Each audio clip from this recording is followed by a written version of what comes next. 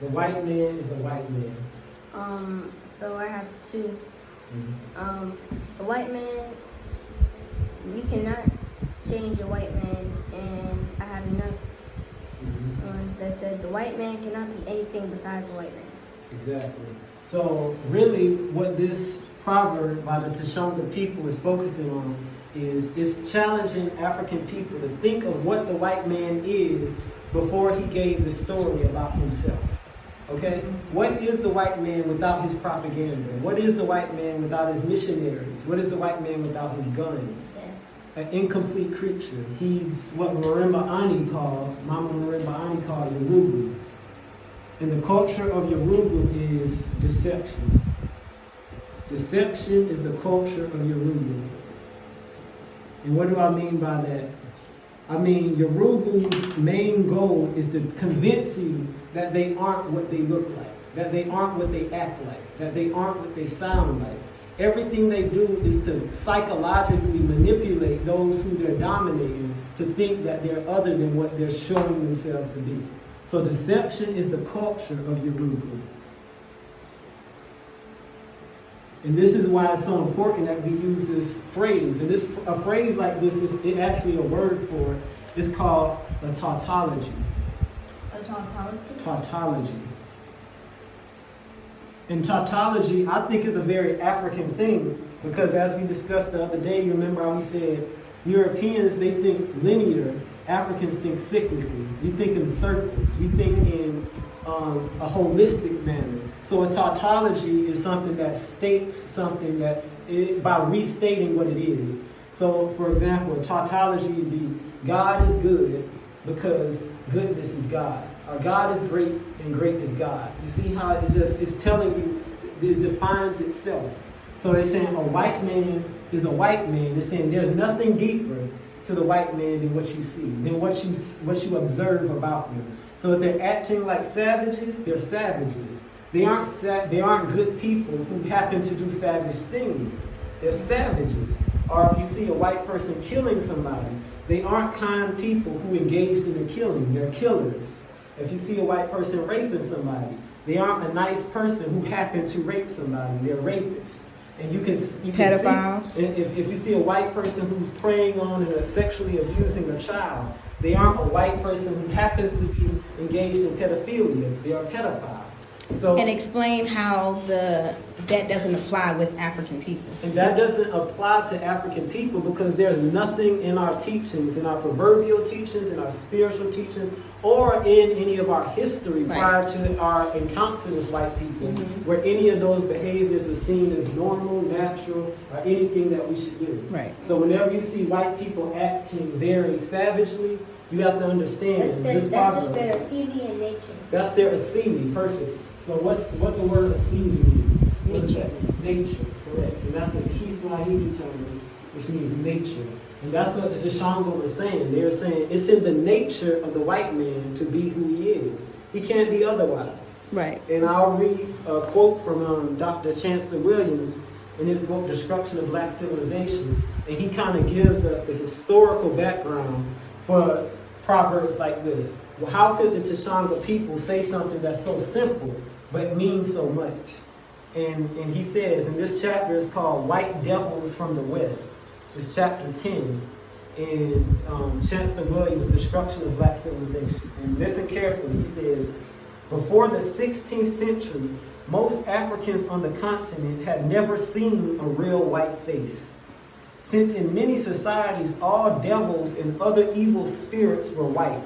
The ritual to ward these off was always led by chanting dancers whose faces and bodies were hideously painted with white chalk.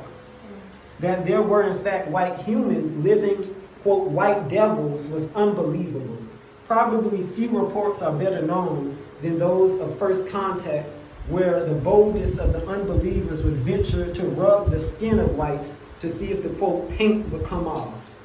You see? So they're saying the ancient Africans before the 16th century, which is the 1500s, which coincidentally, or maybe not coincidentally, is the same time when this savage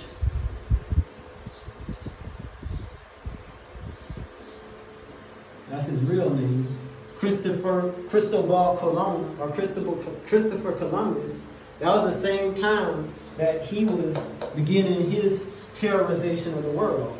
Prior to that, Africans had never seen a white face, and any talk about a white face was always discussed in the context of evil. And you know, in American schools, they're always talking about that Christopher Columbus was a good guy, and he was helping the pilgrim. He was not the pilgrims. He was helping the indigenous people. And they say that about what, Thanksgiving? Yeah. And then they always they praise him. They even have a day called Christopher Columbus Day. Right. I know it's in October. Yeah. Yeah. And notice that's the same devilish holiday, Halloween. Yeah. So these holidays like Columbus Day and Halloween, these are ways to get us to forget that the white man is a white man. So Halloween tells us the white man is a festive person who can dress up like fairies and clowns and goblins.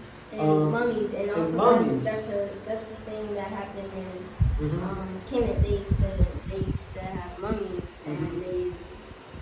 and they made fun of it. And they made fun of the mummies because they knew it was a reflection of our sacred tradition of protecting our melanin, which had a neural network that could connect us to the immaterial. So they said, we don't want to acknowledge that sacred African science. So let's make it into a horror movie plot. Let's make it into something that we can laugh at. So again, we have deception is the culture of Yoruba. So what does that mean? Deception is in their holidays. So we got the European holidays. What other ways did they practice deception? Through their colonization of games, for example, chess. Wow, that's perfect. Colonization of chess. Colonization of chess. That's perfect. You got to coin that term, colonization of chess. I've never heard it described like that. Because most people, some people they'll say chess is African, but they never say chess was colonized. How was chess colonized by Yoruba? Well, mainly because now they took it, and I don't believe that the board was black and white. I believe it was black and some other color, like maybe black and brown. But I don't believe that it was black and white. And also, I noticed that white goes first. White goes first, correct. And I think that's a political decision on the part of the Yorubas. And also notice the name of the chess pieces. They call them knights and kings and queens and rooks and pawns. Like these are and bishops. Like these aren't African terms. You know, Africans, we had different terminology to describe our leaderships and our positions of power. So colonization of chess, and Frances, Dr. Wilson, she talked about that, how games are one of the ways in which white people symbolically express their culture and symbolically express their ways of wanting to dominate Africans. You know, so what's another way that Europeans, Yorubas, practice deception in their culture? So we got holidays, the colonization of chess, and games. What's another one? They also colonized the real word for paper, which is pep. Pep? Not pep, it was pap, paper. Paper, papyri. Papyri. Yeah, papyri. Because in Kemet they had papyri. What about? And they also stole the unk and made it into a cross. And they took out the woman. Took the African woman. And also, they did that because of their hate of their woman. Teach. The Divine Trinity. So they took the African woman out the Divine Trinity. So this shows how a misdefinition of the white man, if you don't know who the white man is, what happens is you don't know anything. Because if the people who are in charge of trying to dominate your reality, you don't understand them, then all the definitions they give you is going to corrupt you. So because we don't understand who the white man is, we don't understand who the African woman is. You see? Because the white man told us the African woman isn't the mother of civilization. The African woman isn't the top part of the aunt. No, the African woman is just a white woman with melanin. That's what the white people told us. And now we treat African women like they're white women with melanin. You see? But if we understood who the white man was, when he told us who the African woman was, we wouldn't believe that. We'd be like, that's not, you're talking about your women. You're talking about Lassie.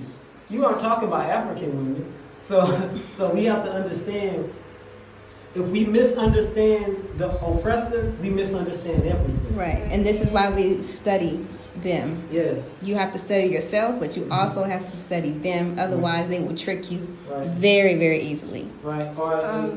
Go ahead. So So I'll just quickly, it's a quote from Dr. Wade Nobles, and this is relevant to this proverb, and it's showing how proverbs kind of, they inform academics, and they inform how scholars and teachers kind of instill African principles in people.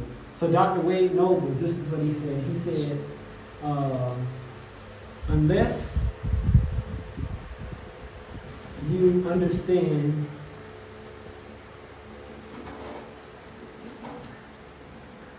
white supremacy,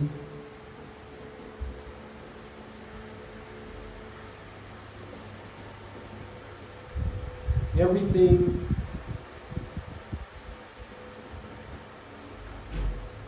you achieve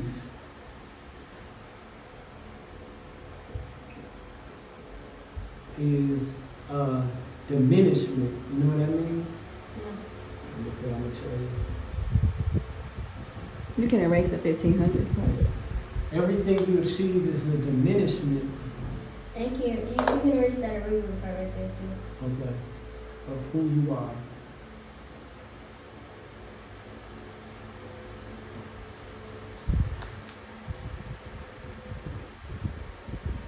So, unless you understand white supremacy, everything you achieve, not most things, not some things, not the majority, everything, unless you understand white supremacy, everything you achieve is a diminishment of who you are. And diminishment means a belittling, a disservice. A benefit? No, not a benefit. Oh yeah, the opposite. It's the opposite of a benefit. It's a kind of bad, it's a stain. You know, like you're basically degrading yourself. Like if you don't understand who your enemies are, everything you accomplish is not a good representation. It's underrepresenting you. It's showing you in a way that's not in line with who you really are. So for example, you see all these celebrities in America. They make a lot of money, right?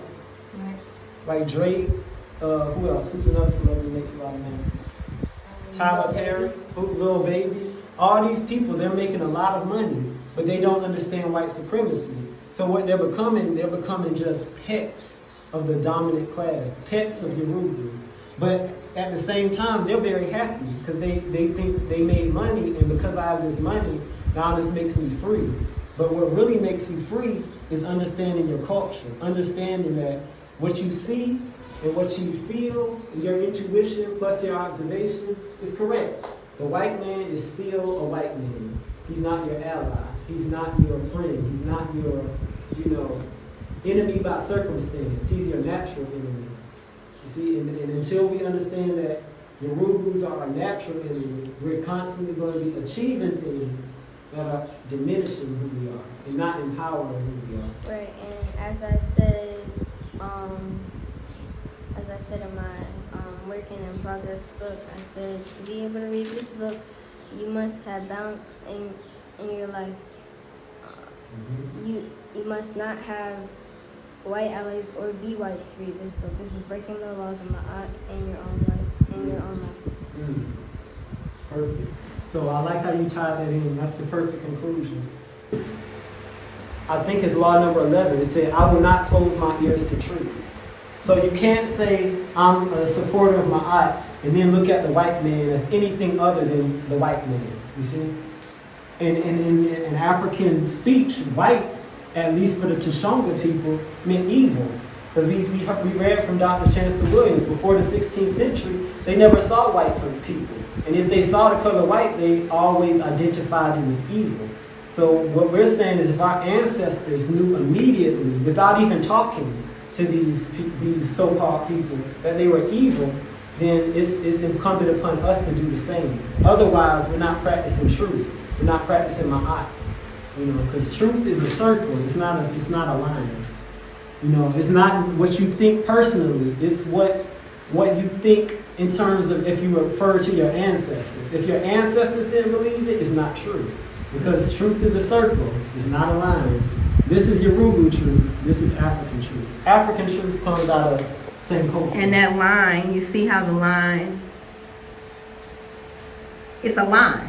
Yeah, So that means it's changing, right? So you can take truth that will start here, and it can go like and this. it could be there, and that can be a completely different truth. You can go any It direction. can go any direction, but a circle, you always come back to truth. And that's what this statement is. That goes back to what I was talking about when I said tautology. A tautology is something, it doesn't go, you can't take it anywhere else. A white man is a white man. That's it. It doesn't go, Period. a white man is a bad guy who No. made mistakes, who is working on himself, who going through therapy, No. who was traumatized as a kid, who went to prison and then couldn't get, nope, white man. White man is a white Any man. of his life circumstances doesn't matter. Overrides. And an African man is an African man, Yes. no matter how Yes. he thinks of himself, Yes. no matter if he thinks he's white or if he thinks he's anything other than African, he's still an African. Right. It's not African man, but his mama in fourth removed is like half white, and he Yeah, got no. like them blonde hair, and then he got like them blue contacts, and then he speaks perfect English, and then really he more culturally Japanese than black. And then his Okay, hair now is you really talking straight. about Lupe No, he's an Fiasco. African. You go back. Are you talking about Lupe Fiasco? No, I'm not talking about that. So an African is an African, and a white man is a white man. Very simple, but that's the thing about Proverbs. It sounds simple, but when you try to apply it, it's very hard Yeah. to see people follow. Yeah, most people can't apply that because they look at white people as what? Demonic? Yeah. When they look at them as like lovable. As individuals. Individuals, yeah. They look at them as individuals. If you individualize people, you can separate. You can separate them You out. can say Trump is bad, but Biden is good. Exactly, exactly. But when you look at them as a whole, you say both of them are my enemies. Both of them stupid. Yes, both of them are white men. And also this, we can also use this because we don't want to focus too much on the word man, do we? We want to say the white man, the white woman, and the white child is a white man, a white woman, and a white child.